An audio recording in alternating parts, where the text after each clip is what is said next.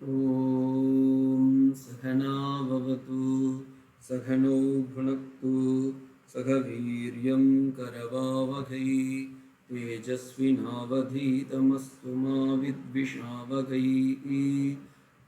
ॐ शान्ति शान्ति शान्तिः। हरिः ॐ. நம்ம போன ஸ்லோகத்தில் அம்பாளுடைய அந்த 11வது மந்திரத்தை அனுபவித்தோம். இப்பொழுது 12வது மந்திரம், 12வது மந்திரத்தை பாருங்க. त्वदीयं सौन्दर्यं तुहिनगिरिकन्ये तुलयितुम् कवीन्द्राः कल्पन्ते कथमपि विरिञ्चि प्रभृतयः यदा लोकौत्सुक्यादमरललना यान्ति मनसा तपोभिर्दुष्प्रापामपि गिरिशसायुज्य पदवी त्वदीयं सौन्दर्यं तुहिनगिरिकन्ये तुलयितुं कवीन्द्राः कल्पन्ते कथमपि विरिञ्चि प्रभृतयः यथा लोकौत्सुक्यात् अमरललनां यान्ति मनसा तपोभिर्दुष्प्रापानपि गिरीश सायुज्य பதவீம். இந்த ஸ்லோகத்திற்கான யந்திரம் இங்கே நான் கொடுக்கப்பட்டிருக்கின்றேன். சௌஹு சௌஹு அப்படின்றது தான் இதோடைய மூலமந்திரம். இதோடைய மீனிங்கை இப்போ நம்ம ஒவ்வொன்றா பார்க்கலாம். இந்த ஸ்லோகத்தில் பார்த்தீங்கன்னா, துஹினகிரி கன்யே, உவமையற்ற அந்த சௌந்தரியத்தை உடைய அன்னையே அப்படின்னு சொல்லி அம்பாளுடைய ஸ்வரூப ரூப குண விபவைஸ்வரியத்தை இங்கே கூறுவதாக அமைந்துள்ளது. துஹினகிரி கன்யே, துஹினகிரி கன்யேனா பனிமலைன்றதுக்கு துகினம், துகினி அப்படின்னா பனின்னு அர்த்தம்.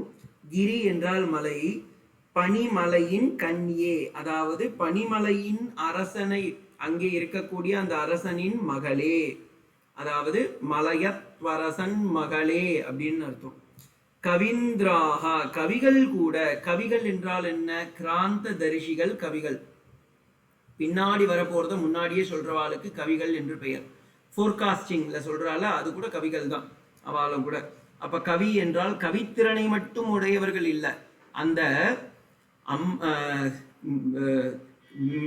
பின்பு வரக்கூடியதை முன்பே நமக்கு அறிவிக்கக்கூடியவர்கள் கிராந்த தரிசிகள் என்பார்கள். அப்ப கவிகள் கூட விரிஞ்சிஹி, விரிஞ்சி எங்க இருக்கு? இங்க இருக்கு, கீழே இங்க போயிடுது கடைசிக்கு. விரிஞ்சி அப்படின்னா பிரம்மான்னு அர்த்தம். ஏன் அப்படின்னா சரஸ்வதியின் வல்லபனாக இருக்கக்கூடிய பிரம்மா அப்படின்னு அர்த்தம். அதாவது ஏ பனிமலை அரசனின் கண்ணியே, உன்னுடைய அழகை கவிகள் கூட சொல்ல முடியாது. ஏனென்றால் விரிஞ்சி பிரபுதயக, பிரபுதயக அப்படின்னா சொல்ல முடியாதுன்னு அர்த்தம். இந்த இடத்துல வந்து பாத்தீங்கன்னா சரஸ்வதியின் வல்லவராக இருக்கக்கூடிய பகவான் பிரம்மா கூட துவதீயம் சௌந்தர்யம், இந்த இடத்துல வந்துருது பாருங்க. சௌந்தர்யம் இங்க இருக்கு, இந்த முதல் வார்த்தை துவதீயம் சௌந்தர்யம், அதை எடுத்துக்கணும். உன்னுடைய அழகை, துவதீயம் என்றால் உன்னுடைய, சௌந்தர்யம் என்றால் அழகு, ஓகேங்களா? துலயித்தும் அப்படின்னா, துலயித்தும் என்றால் உவமை என்ற பொருள். அதாவது அன்கம்பேரபிள், இமேஜினபிள், அன்இமேஜினபிள் அப்படின்னு சொல்லுவாங்க. உன்னுடைய அழகையும் உன்னுடைய அந்த இளமையையும் கவிகள் கூட, பிரம்மா படைத்தல் தொழிலை மேற்கொண்டுள்ள பிரம்மாவினால் கூட கூற முடியாத போது, ஓகேங்களா, இனி நான் எப்படி சொல்வேன்? அப்படியாப்பட்ட அழகை உடையவள், துலயித்தும் உவமை கூற முடியாதது, கம்பேர் பண்ண முடியாது, கதமபி அப்படி இருக்க எப்படி என்னால் கூற முடியும்? கல்பந்தே, என்னால் உன்னை எப்படி அம்மா கல்பனை செய்ய முடியும்? அப்ப இந்த ஸ்லோகத்தை நம்ம எப்படி எடுத்துக்கிறோம்னா, துகினகிரி கன்யே கவீந்திராக விரிஞ்சி பிரபதயः த்வதீயம் சௌந்தர்யம் துளைதும் கதமபி கல்பந்தே. இது ஃபர்ஸ்ட் செக்மெண்ட்ல வச்சுக்கோங்க. செகண்ட் செக்மெண்ட்ல யதா லோகோ சுக்யாத் அமரலலனா தபோபி துஷ்பாபான் அப்படின்னு நம்ம பிரிச்சுக்கணும். இப்போ நான் இதெல்லாம் வந்து இந்த இடத்துல சொல்ல முடியாது, நீங்க தான் இதெல்லாம் எழுதிக்கணும். ஓகேங்களா? நான் சொல்றேன், யூடியூப்ல நீங்க பாஸ் பண்ணி பார்த்து கூட நீங்க எழுதிக்கலாம்.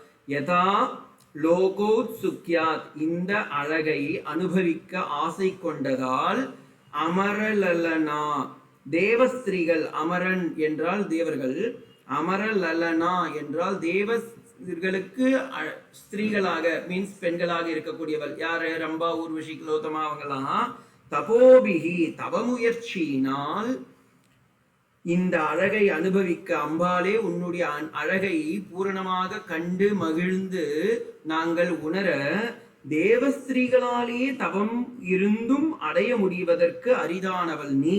ஏனென்றால் வாக்தேவதையெல்லாம் அம்பாள் லலிதா திரிபுர சுந்தரியை அவளுடைய அழகை அனுபவிக்க வேண்டும் என்று வேண்டி கேட்கின்றார்கள். அப்பொழுது அம்பாலே வந்து நானே என்னுடைய அழகை சொல்கின்றேன் என்று வந்ததுதான் லலிதா சகஸ்ரநாமம்.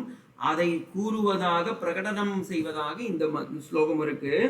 அமரலலனா தபோபி துஷ்பிராபானாம், அடைவதற்கு துஷ்பிராபானம்னா இந்த துர் அப்படின்றதுக்கு இந்த இடத்துல கெட்டன்ற மீனிங் இல்ல. இந்த இடத்துல துஷ்பிராபானாம் என்றால் அடைவதற்கு அரிதானவை. அப்ப ஒரு செக்மெண்ட்ல ஃபர்ஸ்ட் செக்மெண்ட்ல என்ன பார்த்தோம்? உன்னுடைய அழகை கவிகள் எல்லாம் எப்படி பிரம்மா முதலிய சரஸ்வதியின் கணவனான பிரம்மா முதலானவர்களே சொல்ல முடியாத போது, ஓமை கூற முடியாத போது நான் எப்படி உன்னை கற்பனை செய்து விட முடியும் அம்மா? முதல் வார்த்தை. ரெண்டாவது வார்த்தையில சொல்றாரு, தேவஸ்திரீகள், தேவர்களுடைய ஸ்திரீகளே வந்து உன்னுடைய அழகில் அடைய உன்னுடைய அழகை காண்பதற்காக தவம் செய்கின்றார்கள், அவர்களே அறிய முடியவில்லை. இது இரண்டாவது செக்மெண்ட். மூணாவது செக்மெண்ட் இருக்கு. கிரிச சாயுஜ்ய பதவீம் அனுபவந்தி மனசாயாந்தி, ஆனால் நாங்கள் உன்னுடைய அழகை நாங்கள் கண்ணார காண முடியவில்லை, காதால் கேட்க முடியவில்லை, ஆனால் மனதால் அடைகின்றோம். ரொம்ப இம்பார்ட்டன்ட். அம்பாளுடைய அழகை நம்ம எப்படி, அம்பாளுடைய இது பார்த்தீங்கன்னா நாம் மனதால் மட்டுமே அடைய முடியும். இதற்கு பிரமாணம் கேனோபனிஷத்து. என் மனசா மனுதே ஏனாகுர் மனோமதம் யஸ்யாமதம் தஸ்யமதம் மதம் யஸ்யன வேதசக அப்படின்னு அந்த வேதம், அந்த கேனோபனிஷத்தில் இருக்கக்கூடிய இது. என் மனசா மனுதே ஏனாகுர் மனோமதம் அப்படின்னு இருக்கு. எதை நீ மனத்தில் கொண்டு அம்பாலைனா இந்த இடத்துல ஆத்மாவை உணர வேண்டும் என்று நினைத்தால் முடியாது. ஆனால் எந்த மனம் பக்தியோடு இறைவனிடம் சரணாகதி அடைகின்றதோ அதை கொண்டே நீ அந்த அழகை, அந்த அம்பாலை, அந்த ஆத்மாவை நீ காண முடியும் அப்படின்ற மாதிரி இந்த இடத்துல கிரிச சாயுஜ்ய பதவீம் என்று சொல்கின்றார்கள். அப்ப நம்ம வந்து உண்மையா அம்பாலை எப்படி பார்க்கலாம்னா, மனத்தின் கண் மாசிலநாதல் அப்படின்னு, மலர்மிசை ஏகினான் மானடி சேர்ந்தான் நிலர்மிசை நீடு வாழ்வார் அப்படின்வாங்க. அப்ப அம்பாலை நம்ம வந்து மனதால் தியானிக்க வேண்டும். மனசா யாந்தி கிரிச சாயுஜ்ய பதவீம் அப்படின்ற. இப்ப இதுல சாயுஜ்யம் என்ற ஒரு வார்த்தை வந்துள்ளது, அதனால நான் அந்த வார்த்தைக்கு கொஞ்சம் மீனிங் சொல்லலான்னு இருக்கேன். ஸ்ரீ வைஷ்ணவ சம்பிரதாயத்துல போய் பாத்தீங்கன்னா விசிஷ்டாத்வைதத்துல 5 விதமான நிலைகள், மீன்ஸ் பகவானை நாம் அடைவதற்கு 5 விதமான நிலைகள் என்று சொல்வார்கள். அது ஸ்ரீவித்யா சம்பிரதாயத்திலும் உள்ளது, ஸ்ரீ வைஷ்ணவ சம்பிரதாயத்திலும் உள்ளது. அது என்னவென்றால் சாயுஜ்யம், சாரோப்பியம், சாரூப்யம், சாலோக்கியம், சாமீபம் என்பார்கள். சாயுஜ்யம் என்றால் அவர்களோடு இருப்பது. சாரோப்பியம் அதாவது சாயம்பாத்தி என்றும் அதற்கு பெயர், அவங்க கூடவே இருக்கிறது. சாரூபம் பெருமாள் மாதிரியே அவங்களுடைய ரூபமும் இருக்கும். சங்கு சக்கரம் கதாபாணிலாம் வச்சுட்டு இருப்பாங்க. யாரு? துவாரபாலகர்கள், ஜெய விஜயர்கள் பார்த்தீங்கன்னா அவங்களும் நாமம் போட்டு இருப்பா. அவ கையிலையும் சங்கு சக்கரம்லாம் இருக்கும். ஆனா அவங்க பெருமாள் கிடையாது. அதே போல சாலோக்கியம், பெருமாளுடைய லோகத்தில் ஸ்ரீவைகுண்டத்திலேயே அவர்களுக்கு நித்திய சூரிகளாக இருப்பார்கள். சாலோகம். சாமீபம், பகவானோடையே அனங்கனாக இருப்பார்கள், அதாவது பிரியாமல் இருப்பார்கள், தாயார் போல. அல்லது ஆதிசேஷன் போல அல்லது கருடத்தாழ்வார் அல்லது சங்கு சக்கர கதாபாணி போன்ற. அப்ப சாமீபம் அதாவது பகவானோடு இருத்தல், பகவானுக்காகவே இருத்தல், பகவானுடைய அங்கங்களாக இருத்தல், இரண்டாவது பகவானுடைய லோகத்தில் இருத்தல் என்று சொல்வார்கள். அதே போல இந்த ஸ்லோகத்தை நாம் அனுபவித்தால் அம்மா உன்னுடைய அழகை என் மனத்தின் இருத்தி ஆத்மேஸ்வரியாக நான் தியானித்தால் நான் எப்படி என்ன அடைவேன்? உன்னுடைய சாயுஜ்ய பதவியை அடைவேன். அதுதான் இந்த இடத்துல சொல்றார். சாயுஜ்ய பதவீம் என்ற வார்த்தையில் சொல்றார். இதற்கு சமமாக சிவானந்த லகரியிலும் 46வது ஸ்லோகம் உள்ளது. இப்படி கவிகளால் கூட உன்னை வர்ணனை செய்ய முடியாதுன்றது இந்த இடத்துல நம்ம யோசிக்க வேண்டியது. அம்பாளுடைய அழகு அவ்வளவா அப்படின்னா, இதே போல சித்திரகந்தர்வன் என்பவன், நீங்க சிவ மகிம்னா ஸ்தோத்திரம்னு ஒன்று இருக்கு, அங்க போய் பார்த்தீங்கன்னா இதே போல இருக்கும்.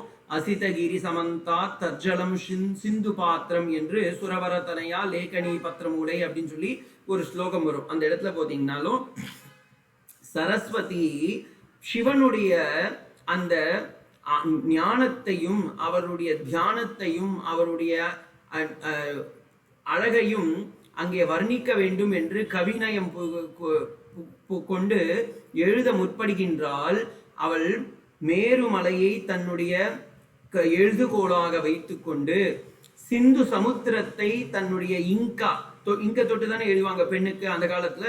அப்ப அந்த இங்கா சிந்து சமுத்திரத்தையே எடுத்துக்கொண்டு பேப்பர் வேணும். அப்ப பேப்பருக்கு என்ன பண்றாங்கன்னா மேகத்தையே பேப்பராக மாற்றி அவர்கள் எழுத முற்பட்டாலும் என்ன பண்றாளாம்? சாரதா சர்வகாலம். அவ எவ்வளோ நாளா எழுதி பார்க்கறாளாம், என்ன எழுதுறதுன்னே தெரியலையா. அப்ப இது கவிநயத்துல என்ன சொல்லுவாங்கன்னா, இங்க நமக்கு சித்திரகந்தன்வன், இங்க பாத்தீங்கன்னா ஆதிசங்கரரா இருக்கலாம், இல்ல இது காலடி சங்கரா இருக்கலாம், இல்ல கைலாச சங்கரராகவும் இருக்கலாம். அவர்களும் அன்னையுடைய அந்த அருள்மேனியை அழகினை வர்ணிக்க வேண்டும் என்று நினைக்கின்றார்கள். அந்த பேரானந்தத்தின் பெருவாழ்வை பேரழகை, தேவியே உன் திருமேனியின் அழகை நான் பார்த்து ரம்பை ஊர்வசி போன்றவர்கள் தேவமங்கியர் கூட ஆசைப்படுகின்றார்கள். அவர்கள் தவமிருந்தும் உன்னுடைய அழகை காண முடியவில்லை. படைக்கும் கடவுள் பிரம்மா கூட உன் பேரழகை வர்ணிக்க முடியவில்லை. ஓகேங்களா? அந்த பேரழகை பரமசிவன் மட்டுமே அனுபவிக்க முடியும்.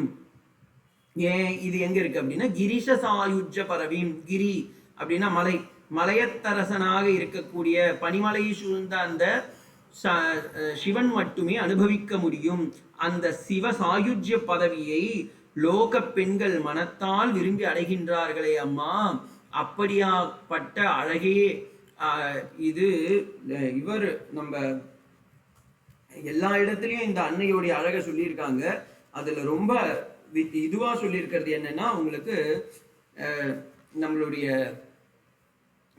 தமிழ் காவியங்களிலும் உள்ளது. இதே போல இருக்கிறதெல்லாம் அபிராமி அந்தாதியிலும் போய் பார்த்தீங்கன்னா, அபிராமி அந்தாதியில அந்த அபிராம பட்டரும் இதே போல அன்னையுடைய அழகையும் வர்ணித்து இருக்கின்றார்.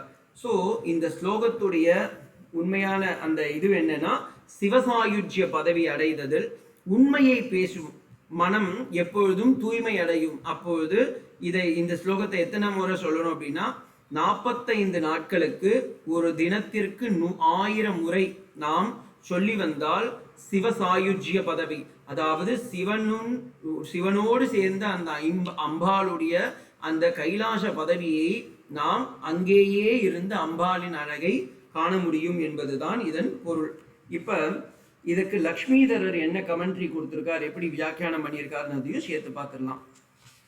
இந்த லக்ஷ்மிதரர் என்ன பண்ணியிருக்கார், ஹே துஹினகிரி கன்யே த்வதீயம் சௌந்தர்யம் துலயிதும் விரிஞ்சிவி பிரபுதயः கவீந்திராக கதமபி கல்பந்தே. பியூட்டிஃபுல்லா சொல்றார்.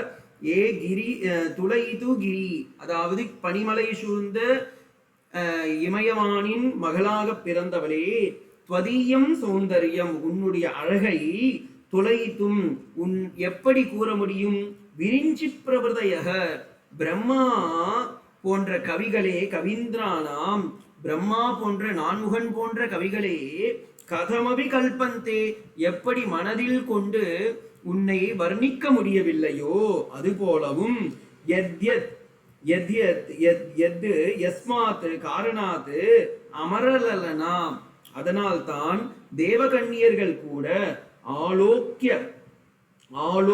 ஆலோகோத்சுக்யாத் தபோபிஹி துஷ்பிராபானபி கிரிசசாயுஜ்ய பதவிம் மனசி யாந்தி அதனால்தான் உன்னுடைய அழகை தேவகன்னிகர் கூட அடைய முடியவில்லை என்பதால் இந்த பூலோக பெண்கள் அனைவரும் மனத்தில் கொண்டு உன்னை விரும்புகின்றார்கள் தாயே அப்படின்ற மாதிரி இந்த ஸ்லோகம் அமைந்துள்ளது. இதற்கு சமமாக லலிதா சஹஸ்ரநாமத்துல போய் பாத்தீங்கன்னாலும் ஸ்லோகம்லாம் இருக்கு. இப்ப நம்ம 3D ஆங்கிள் பார்த்துட்டு இருக்கோம். இப்ப இதுல லலிதா சஹஸ்ரநாமத்துக்கு பரியாயமாக இருக்கக்கூடிய இது என்னன்னா மகாலாவண்ய சேவதிஹி அது ஒரு மந்திரம். அடுத்தது மகா திரிபுர சுந்தரி அப்படின்ற ஒரு மந்திரம். அதே போல லலிதா சஹஸ்ரநாமத்துல இன்னொன்னு ஸ்ரீமத் திரிபுர சுந்தரி 3 புறங்களையும் எரித்தவள் முப்புறத்தின் எரித்த அந்த முக்கண்ணனின் மனைவியாக இருப்பதால் அவள் மகா திரிபுர சுந்தரி என்று பெயர் வாங்கினாள். அத்தனை அழகு ஜாகிரத் ஸ்வப்ன சுஷுப்தியோடு கூடியவள் அவள். அந்த சர்வாரம்பா பூஷிதாவாக இருக்கக்கூடிய அன்னையை நாம் வணங்கி நாமும் அவளுடைய பாதார விந்தங்களில் மனத்தை வைத்து அவளுடைய அந்த அழகை நாமும் இந்த அலை என்னும் மனத்தில் அடக்குவோமாக. ஓம் சாந்தி சாந்தி சாந்தி. ஹரிஹி ஓம் தத்சத். ஸ்ரீராமகிருஷ்ணார்ப்பணமஸ்து.